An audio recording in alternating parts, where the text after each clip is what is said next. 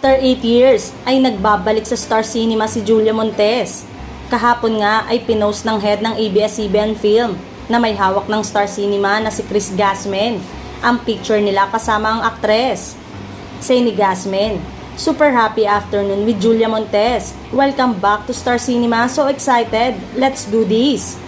Matatanda ang taong 2016.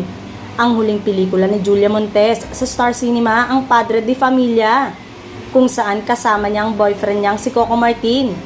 Ito rin ang kanyang huling pelikula bago siya magpahinga sa showbiz at magstay sa Europe. At last year nga lang siya ulit napanood sa isang pelikula kung saan nakatambal niya si Alden Richards sa pelikulang Five Breakups and the Romance. Wala pang ibang detalye kung anong pelikula ang pagbibidahan niya sa Star Cinema, pero wish naman ng netizen na sana ay muli silang magsama sa isang proyekto ni Catherine Bernardo o ni Coco.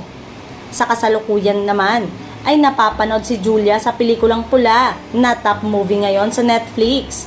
Kaya naman hindi may tatago ang excitement ng fans na mapanood na ang pelikula at kung sino-sino ang makakasama nitong bigating stars. Say pa ng ilan ay medyo matagal-tagal na din ang hindi napapanood umarte si Julia sa telebisyon. Yung araw-araw nilang masisilayan ng aktres. Sana daw ay bigyan muli ng chance ito na ibalik ang titulong Daytime Queen. Samantalang, tiniyak naman na nakatakda din itong bumida sa bagong serye. Nag-advance na pahiwatig ito kamakailan para sa mga fans all over the universe dahil nag-post ito sa social media account na may pinaghahanda nitong bigating proyekto.